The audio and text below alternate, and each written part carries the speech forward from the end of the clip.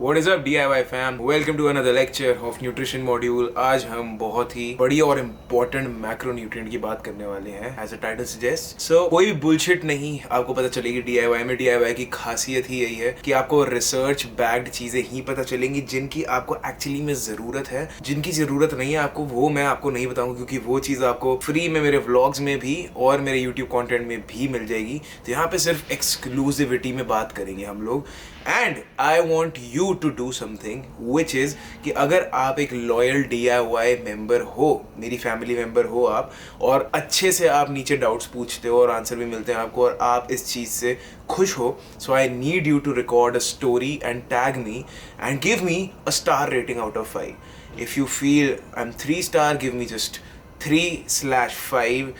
If you think I'm 5 out of 5, just tag me and write whatever you want to.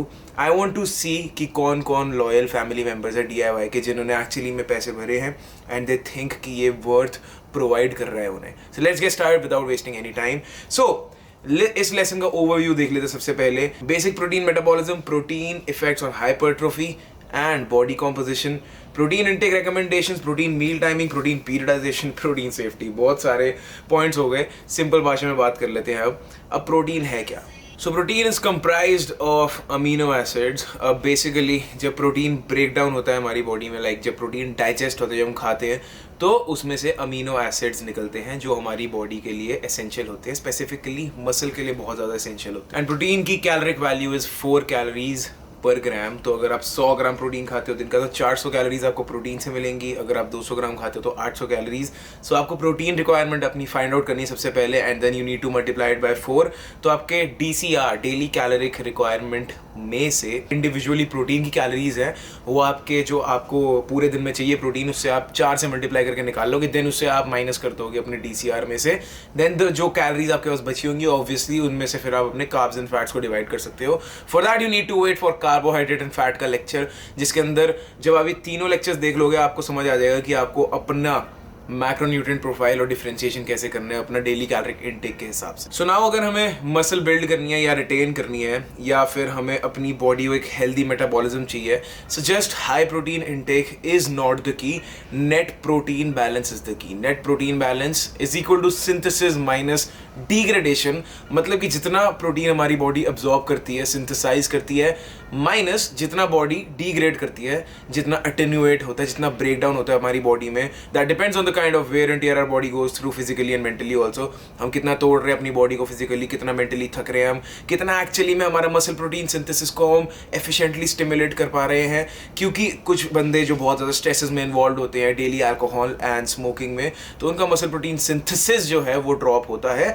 That is why smoking and alcohol is bad, nothing else is bad. हाँ obviously अगर आप उसको abuse करोगे तो आपके वो other parts of the body को भी अफेक्ट करेगा, बट प्राइमरीली सबसे पहले स्मोकिंग एंड अल्कोहल और any kind of stressors will degrade your muscle protein synthesis. हाँ आप उसको कॉम्पनसेट कर सकते हो और ज़्यादा प्रोटीन खाने से, but I would rather advise you to stay in moderation with your stressors, बजाय कि आप अपने गट को स्ट्रेस करो और ज्यादा प्रोटीन दे देकर, because that is not feasible economically and health wise too. So बात कर लेते हैं proteins effect on hypertrophy. Hypertrophy का मतलब क्या है? So there are 2 types of trophies in body building which is hypertrophy and atrophy. Hypertrophy का मतलब है मसल गेन होना, एट्रोफी का एट्रोफी का मतलब है मसल साइज का छोटा हो जाना. सो हाइपरट्रोफी का मतलब मसल का साइज में बड़ा हो जाना एंड एट्रोफी का मतलब मसल साइज का छोटा हो जाना. So now protein alone can cause a transient increase in muscle hypertrophy exercise के बिना ही. सो एक्सरसाइज के बिना ही आपका मसल प्रोटीन सिंथेसिस इतना बढ़ जाएगा सिर्फ हाई प्रोटीन डाइट लेने से, कि जब आप एक्सरसाइज करोगे so it will potentiate the rise even further. क्योंकि अगर आप सिर्फ डाइटरी प्रोटीन खा रहे हो और अपनी मसल को स्टिमुलेट नहीं कर रहे, सो मसल गेन करना इम्पॉसिबल है. इसलिए अगर आपका वर्कआउट शिट है और आप सोच रहे हो कि यार मैं तो एडिक्वेट अमाउंट ऑफ प्रोटीन खा रहा हूँ फिर भी मेरा मसल क्यों नहीं गेन हो रहा, may be your volume is not adequate, may be your mind and muscle connection is not adequate. और वो सब आपको एक्सरसाइज सिलेक्शन के मॉड्यूल में पता चलेगा. बहुत कुछ आने वाला DIY में. I am so excited guys. अब बहुत सारे लोग सोचते हैं कि पोस्ट वर्कआउट हम प्रोटीन लें, क्योंकि पोस्ट वर्कआउट एक एनाबॉलिक विंडो एक्टिवेट हो जाती है जो सिर्फ 30 से 40 मिनट तक रहती है। तो जैसे ही मेरा वर्कआउट हुआ मैं घर भागूँ कि मुझे भाई पोस्ट वर्कआउट प्रोटीन शेक चाहिए या फिर मुझे अंडे चाहिए, और मम्मी को बोलूँ कि भाई आप अंडे उबाल दो, और आप घर पहुँचो और 40 की जगह 50 मिनट हो चुके हो और मम्मी बोले बेटा सॉरी मैं 5 मिनट लेट हो गई थी अंडे उबालने में, और आप वो सारे अंडे लेके अपनी मम्मी के सर पे फोड़ दो। ऐसा नहीं होना चाहिए। इसका मतलब है कि आपके दिमाग के अंदर अंडा भरा हुआ है। Because guys anabolic window last up till 24 hours.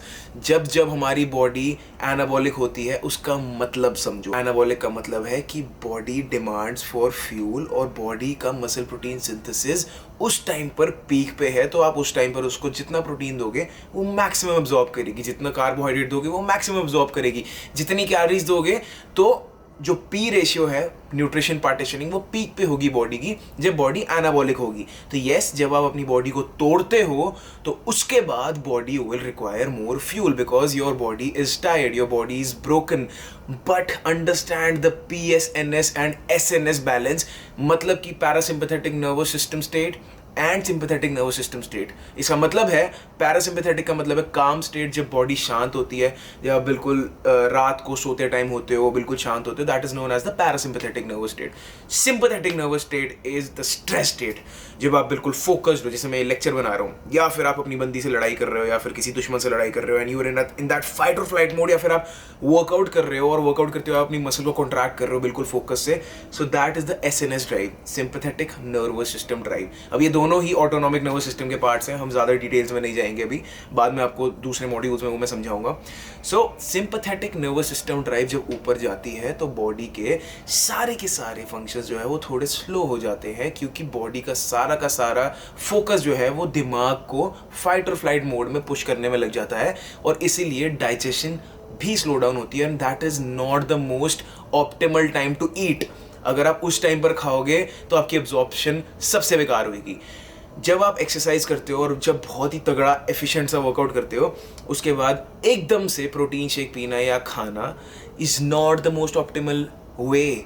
अगर आप सोच रहे हो कि वो बेस्ट है, बेस्ट तो दूर की बात है, it is not the most optimal way, because उस टाइम पे बॉडी बहुत ज़्यादा स्ट्रेस्ड है, आपका हार्ट रेस्ड अप है।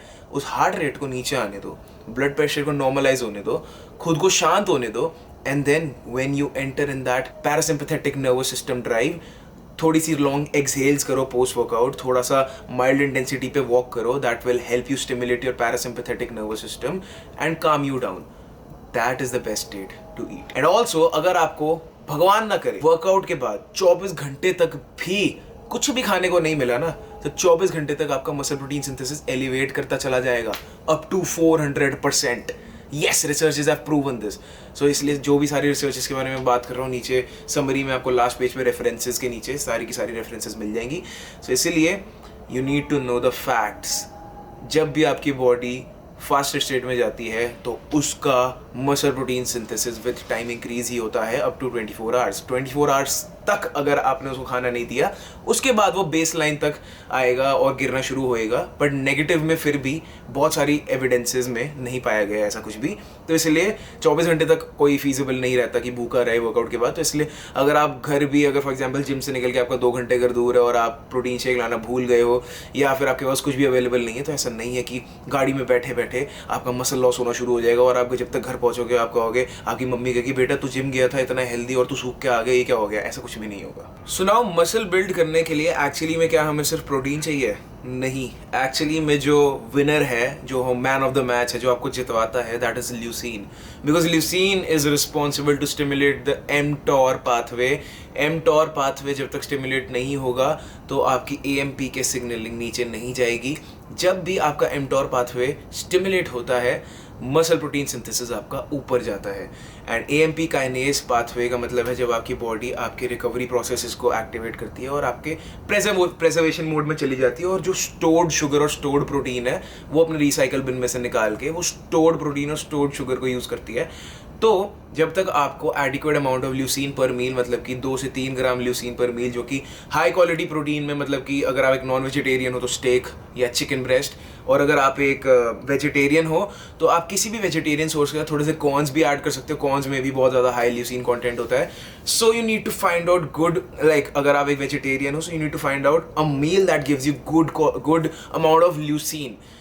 जिस मील में गुड अमाउंट ऑफ ल्यूसीन होगा, that will be known as a good quality protein meal. इसीलिए अगर आपके पास कोई ऐसा खाना अवेलेबल नहीं है जो इनहेरेंटली गुड हो in terms of leucine content, you can add leucine अलग से, and you can even buy a supplement of leucine। leucine का एक अलग से सप्लीमेंट भी आता है, और simply you can add branch chain amino acid या फिर एसेंशियल अमीनो एसिड्स, और उसके साथ भी आप उसको ल्यूसीन को ऐड कर सकते हो। अगर आपको 20 से 40 ग्राम वेजिटेरियन प्रोटीन भी मिल रहा है जिसके अंदर आपको adequate amount of amino acids नहीं मिल रहे, so you need to take care of that कि अगर आपके मील में आपको एडिक्वेट अमाउंट ऑफ ल्यूसीन नहीं मिल रहा, सो mTOR पाथवे थोड़ा हिंडर हो सकता है, and you will still make gains, but it is not the most optimal way. तो इसलिए मैं आपको बेस्ट तरीका ही बताऊंगा अगर आपको कोई भी अपॉर्चुनिटी मिस नहीं करनी गेन्स लेने की। सो अपने mTOR पाथवे का ध्यान रखो।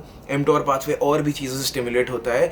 जब आप फास्टिंग करते हो तब mTOR पाथवे नहीं होता स्टिमुलेट, बिकॉज फास्टिंग का मोटिव ही mTOR को नीचे रखना होता है और AMPK को ऊपर रखना होता है, so that your body can be programmed in such a way कि वो अपने स्टोर्ड प्रोटीन और स्टोर्ड शुगर लेवल्स को निकाल के यूज़ कर पाए, सो दैट, क्योंकि हमारे अंदर टॉक्सिक शुगर भी होता है, तो उसे निकाल के बॉडी खुद डिटॉक्सिफाई कर पाए और सेल ऑटोफेजी को स्टिमुलेट करे। So that is of topic, let's just not talk about that. Simple भाषा में मतलब ये है कि अगर आप फास्टिंग भी कर रहे हो, so just take care of your overall protein intake, and when you start eating your eating window, that will be your anabolic window. Simple सी बात है। 24 घंटे से ज़्यादा तो फास्टिंग नहीं कर सकते ना आप। अगर आप प्रोलॉन्ग फास्टिंग कर रहे हो then you not meant for body building. अगर आप 24 घंटे तक भी फास्टिंग कर रहे हो, which in my case is also insane, अगर मेरी आज तक की मैक्सिमम फास्टिंग 21 घंटे गई, उससे ऊपर मैं नहीं कर पाया, तो अगर मेरी 3 घंटे भी ईटिंग विंडो है ना, तो मैं अपने दिन का सारा प्रोटीन उसके अंदर अचीव कर सकता हूँ, प्रोवाइडेड मैं डाइजेस्ट कर लूँ।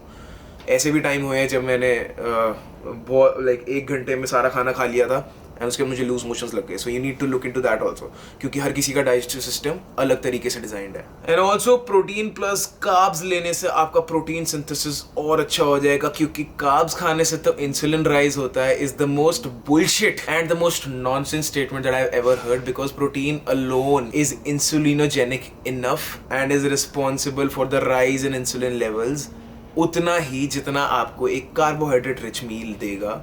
जब आप वे प्रोटीन पीते हो ना भाई, तो वे प्रोटीन इतना फास्ट डाइजेस्टिंग होता है कि जब आप वे प्रोटीन पियोगे तो उसका ग्लाइसेमिक इंडेक्स कम होगा। Glycaemic index will define how much blood sugar level you will rise and how much your body will release insulin to normalise that blood sugar level.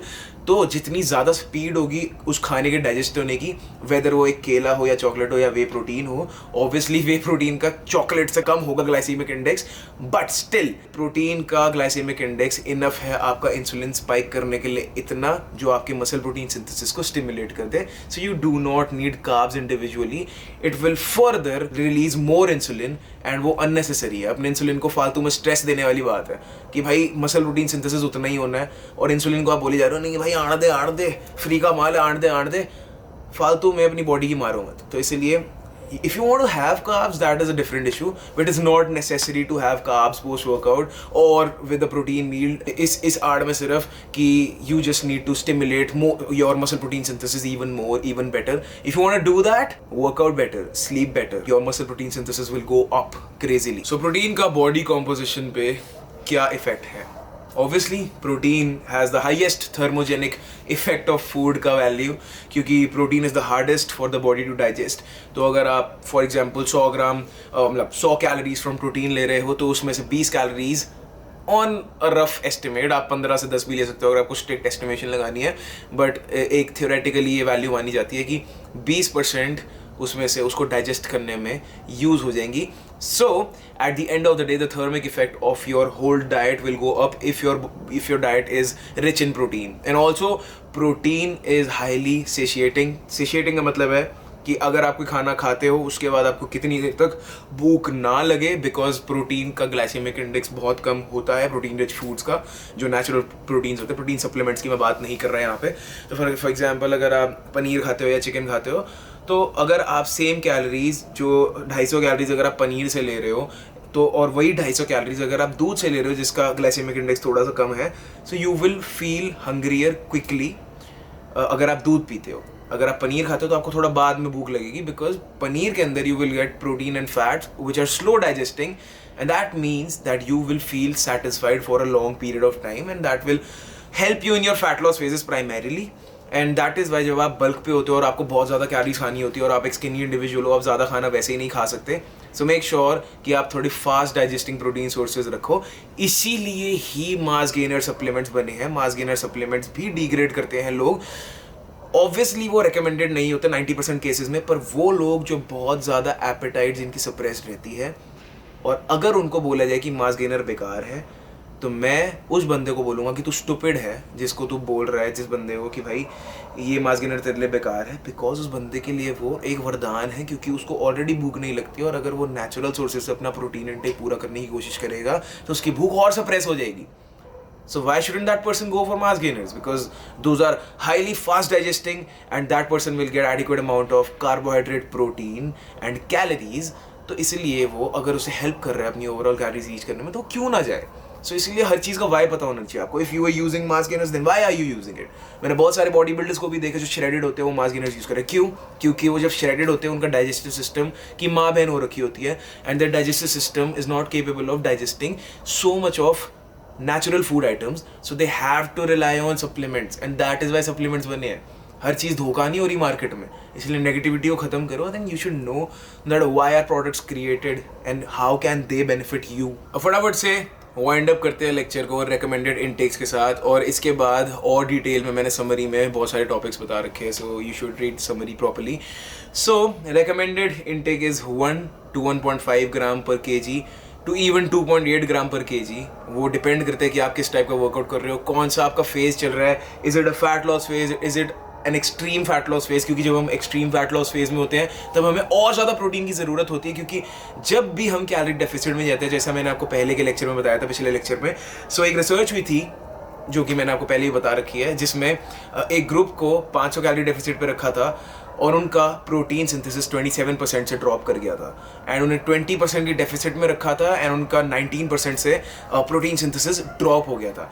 सो उस प्रोटीन सिंथेसिस को जो drop हुआ है उसे base line पर लाने के लिए हमें डाइटरी प्रोटीन इंटेक बढ़ाना पड़ता है, एंड रेजिस्टेंस ट्रेनिंग भी बढ़ानी पड़ती है in order to stimulate more muscle protein synthesis. तो इसीलिए हमें 20 से 40 gram per meal minimum protein चाहिए, and even if you eat 70 gram per meal और वो आपको अच्छे से डाइजेस्ट हो जाता है तो कोई दिक्कत की बात नहीं है। ऐसा नहीं है कि अगर आपको कोई बंदा बोल रहा है कि अगर तू 70 ग्राम प्रोटीन खा रहा है तो भाई उसमें से 25 ग्राम ही या 30 ग्राम ही एब्जॉर्ब होगा और बाकी सारा तेरी टट्टी में निकल जाएगा सुबह, that person is uneducated, because researchers have shown that even 70 gram per meal is responsible for prevention of protein attenuation, मतलब कि प्रोटीन ब्रेकडाउन को बचाता है अगर आप 70 ग्राम खाते हो पर मील अप टू 70 ग्राम। पर मोस्ट ऑप्टिमल जो है वो 25 से 30 ग्राम ही रहता है, बिकॉज 25 से 30 ग्राम बेस्ट है आपके मसल प्रोटीन सिंथेसिस को फ्रीक्वेंटली स्टिमुलेट करने के लिए और आपकी बॉडी को ये बताने के लिए और ऐसे प्रोग्राम करने के लिए कि हमारा मसल प्रोटीन सिंथेसिस जो है मिनिमम इफेक्टिव डोसेज में स्टिमुलेट होता चला जाएगा, and that is the best. But personally I don't have the time to eat 6 to 7 meals a day. So मैं 3 से 4 meals में अपना प्रोटीन निपटा लेता हूँ और भाई मतलब ठीक ठाक ही है बॉडी अपनी। तो if you want to have the best results, go for 25 to 30 or even 40 gram per meal or 70 gram per meal if you don't have the time. In both the cases सिर्फ 19-20 का फर्क आएगा। And also protein safety. Multiple studies in the literature have proven कि protein as high as 2 gram per kg of the body weight in a lot of individuals, a lot of groups, a lot of meta-analysis हुए हैं इस पे, have shown no harmful effect on your blood lipid, kidneys, cholesterol or anything that you can think of in the body. आपकी body पे high protein intake का कोई harmful effect नहीं है। सारी रिसर्चेज नीचे समरी में आपको मिल जाएंगी और इन्फॉर्मेशन भी मिल जाएगी। समरी को ध्यान से पढ़ना, ये लेक्चर दोबारा देख लेना अगर देखना हो। You can keep your doubts ready and put them in the comment box below. अगर वहाँ आंसर नहीं होते तो इस मॉड्यूल के एंड में एक जूम कॉल होगी and you can ask over there one-on-one live Q&A. अगर इस लेक्चर से आपकी हेल्प हुई हो then please acknowledge the fact that this course is helping you by putting out a story. I'll take your leave guys and I'll see you in the next lecture. Thank you for watching. I love you all.